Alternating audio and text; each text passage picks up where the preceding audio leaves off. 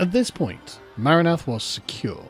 I had about 500 top-tier elite troops garrisoning the city, as well as whatever militia the city had, and it was clear that the various kingdoms that were ranged against me had essentially given up on trying to take it. And so they had lots of individual small armies running around just causing trouble, and I found that I had a really good flytrap in the village of Beglomaua, which happened to be in a depression next to Maranath, that proved too tempting a target not to try and sack, but of course allowed me to trap them and destroy them. I did this with great regularity and for quite a long period of time, and when I got lucky, I managed to pin a number of Battanian armies and destroy them all at once. I used these excursions to train up my Battanian army. I wanted to maximise the amount of experience I could extract from these less important battles, and so in this particular one, I split my infantry into 2 divisions and put them on either side of the archers. So hopefully the archers would be able to essentially fire through the infantry and into the opposing infantry, getting many kills and racking up the XP. This seemed to work quite well as the Battanians split their infantry to meet my 2 infantry divisions, leaving a big gap in the middle. And overall, this seemed to go fairly well for me. The Battanian army was growing in power, strength and experience, and I was immiserating my enemies. The Sturgians, because they owned the city of Seonon, or however that's pronounced, were still sending very significant armies up in order to defend their new capture. And so I had to also regularly engage and destroy these, again, very substantive armies with the Battanian army. I had hired a lot of Battanian bowmen, so the youths, the warriors, and eventually up to the Fian champions, and I really wanted to level them up as quickly as possible. Having a massive core of these elite archers would be very useful, so I actually decided to try and ensure that the enemy infantry was placed obliquely to my archers by using my own infantry as a kind of diversion tactic. If this worked well, then the enemy infantry would move to my line, putting themselves in a position that was exposed to my archer fire. The Sturgians did take the bait, but heavily weighted their infantry attack on my infantry's left wing, putting them as far away from the archer ranks as possible. This, of course, was not ideal. The problem I was having here is that the Sturgian infantry is itself very powerful, and so I had to clump my infantry up to stop them from being broken through and overwhelmed. I then had to redeploy my archers in order to be able to get a better firing angle on their infantry, to be able to shoot them in the back, but this left them exposed to the Sturgians' archers, so they had to not only outshoot them, but they had to save my infantry as well. To aid my Battanian youths, I descended upon the enemy's archers with all the fury of a one-man army that I was. However, I ended up getting unhorsed, and eventually I got surrounded and cut down. With their commander cut down, it was up to my men to win the battle on their own. And they did. They held the line, they fought gallantly, the archers shot down many hundreds of their men, and the day was won. A victory, but a bloody one, and one I did not wish to soon repeat. My men retrieved my fallen body to find that I was still alive, and I weakly gestured for them to capture the enemy lords and take them back to Maranath. They would reside with the other defeated lords in my dungeons, while I recovered my strength. My companions had been stolid and indefatigable through all of these wars, and we were arriving at the point where I simply had too many men, both in the garrison of Maranath and under my personal command, to be sustainable. So I told the most reliable of them that they would form parties of their own, outfitted them with the troops that I thought best, and left them to patrol Maranath to make sure that the enemy would not simply be able to pillage my villages without challenge. I also went back to the diplomatic situation, because while the Kingdom of England was defending itself valiantly and successfully from all comers, the frequency of attacks was making expansion slow and difficult. So I decided to make peace with the weakest of the kingdoms with which I was at war, and this was of course the Battanians. The war had gone spectacularly well for me, and spectacularly badly for them. Not only were they going to have to make territorial concessions in Maranath and the villages attached to it, they were also going to have to pay me 2,000 dinars a day for the privilege. Reducing Battania to a tributary state secured my north and west flanks, allowing me to focus on driving the Sturgians and the Western Empire out of my territory. The Western Empires seemed exhausted by this point. They seemed incapable of sending a very significant army my way, and I was able to completely crush them with the Battanian army, gaining the sorts of victories that the Macedonian pike phalanx would be proud of.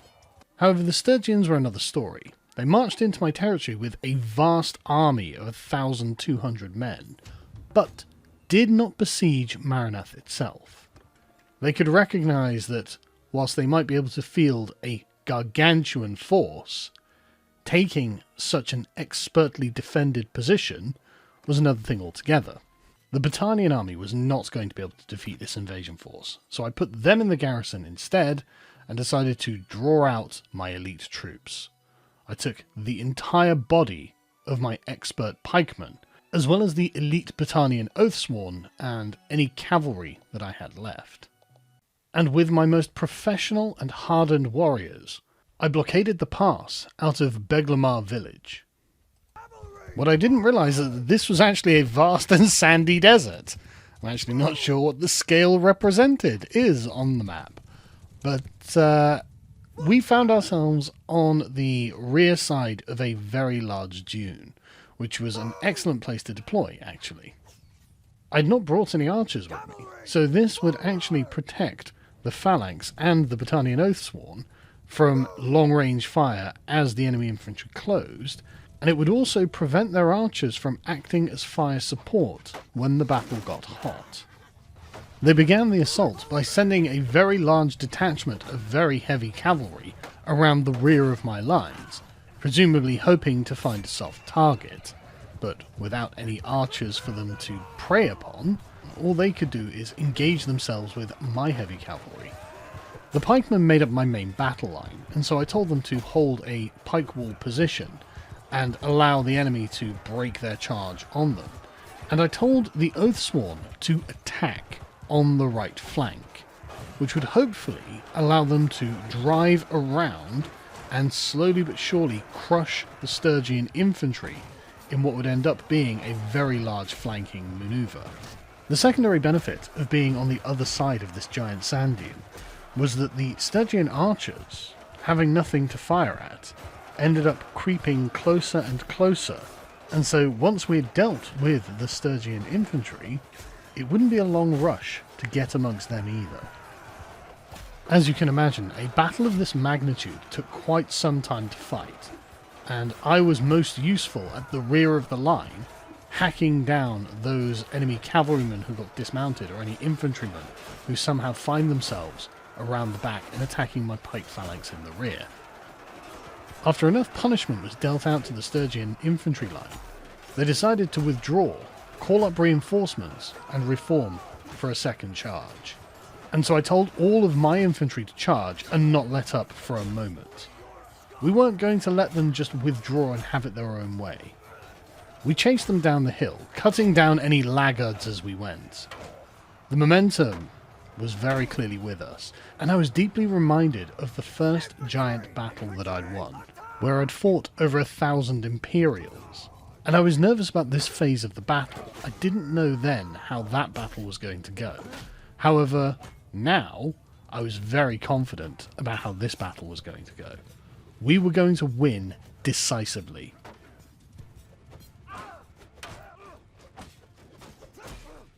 We chased them across the sand until they reformed on the dune opposite us. And so I joined the Battanian Oathsworn and confidently declared the attack.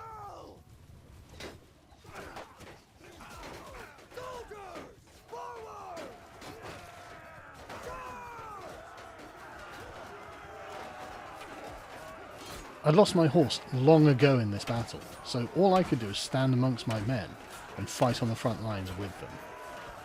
Honestly, I really enjoyed this part. This was very, very satisfying to be able to do, as all of my men fought incredibly courageously and with remarkable skill. Although I have to say I do feel like I was holding my own. The great man-cleaving glaive that I wielded was just an unstoppable force. We fought stolidly, and at one point their cavalry decided to return to the front line and try and aid their infantry. Now, this was a great thing for me because, of course, I didn't have a mount, but them dying in the ranks provided me with one, and I was able to actually scope out the rest of the battle to see how things were going.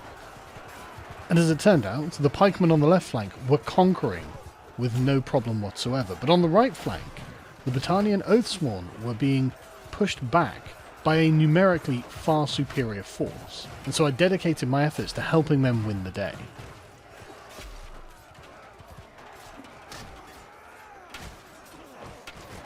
Though the enemy army was mighty, it could not resist our assault, and before long even these reformed ranks broke and fled back to their camp, where they were mustering yet a third wave of reinforcements. So I brought my army to a halt atop a dune to watch the enemy army assemble fresh ranks and for them to catch their breath. It was clear that they still had a formidable force at their disposal, and they were fighting in a defensive posture now. So I told my men to advance. We would simply assault them and drive them off the field. They rushed down to meet us, and our confidence must have shown them that we were simply not prepared for anything other than total victory.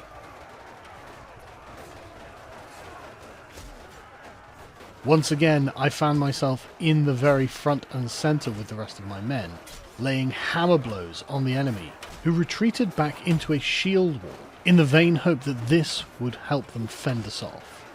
But as in the previous giant battle that I'd fought, though they did have many expert warriors among them, once again, many of them were raw recruits, and slowly but surely it was becoming evident that our victory was inevitable.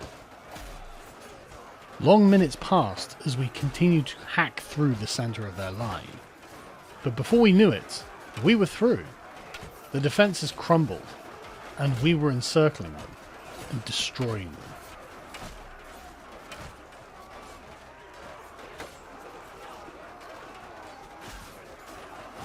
Their men began to flee, and the battle for us was won. A devastating victory for us. We'd killed or wounded over 1,000 men, with only 34 of our own dead. This battle, combined with the peace treaty with the Battanians, gave me the breathing space that I needed. I put the Pike Phalanx and the Oathsworn back into Maranath, and led out the Battanian army again to seize Rhemtoil Castle, the fortress that was but a few miles from Maranath. And I built 4 trebuchets in order to smash their walls down, so not only would I be able to simply walk into the castle, but also their garrison would be dramatically weakened from lack of food. After this investiture, the assault on Rhemtoil Castle was, frankly, easy. The garrison had been weakened from hunger, and the Battanians were not inferior troops. By this point I had also found a new glaive of some sort, which I was testing to see if it would be any better. The stats on it really weren't clear, frankly, and so I thought I'd give it a go to see how it was in the fight. But there was very little resistance, and it was clear that this was just going to be over very quickly. My legions captured Rhemtoil Castle with only 6 casualties, and we took many hundreds of the defenders prisoner. Afterwards, I found one of my most loyal and long-serving companions, Lorik Bloodaxe, and I decided to ennoble him by paying 20,000 gold and 500 influence to transfer possession of Rhemtoil Castle and making him the first Lord of England. With the Western Empire now driven out of the Battanian highlands, it seemed actually like an opportune time to make peace with them. I had no real interest in invading the lowlands, even though I did scout it out, and even though I found they had around 900 men heading my way, I actually wasn't worried about that. I just thought it may be easier to continue to solidify my hold on what was going to become my new empire by offering them a peace treaty that they, of course, could pay for. And so on the condition that they pay me 1,000 dinars a day, I made peace. This left me with just the Sturgians to deal with in the Battanian highlands, and so I marched on Seonon and laid siege to that too. And while I was investing it became apparent that the Sturgians still had some fight left in them, as they sent an army of over 500 men to relieve the city. This was actually quite a difficult battle, but the terrain really favoured me. Though I was just using the Battanian army, I had at this point amassed a giant corps of archers, which I placed on a very convenient set of ridges, under which I placed the infantry line.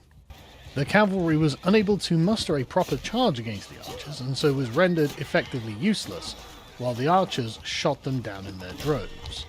Their infantry, while numerous and powerful, were not able to break through my line, and with the support of the archers on the hill, were getting shot down.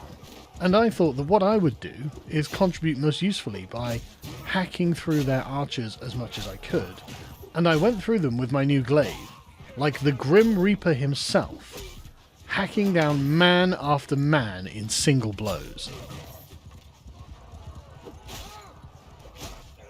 I also found myself getting a little bit carried away with just how effective this glaive was, and I became contemptuous of them. I didn't see them as a threat. And this is foolish. You should never underestimate your opponent, because in a battle you never know when it will go against you. Suddenly I found myself completely cut off, with a weapon that was not suitable for close quarters fighting, and cut down.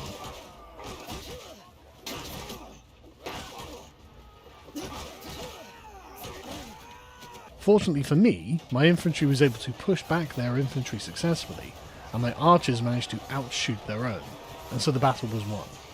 Once again though, this was one of those very unpleasant battles to win.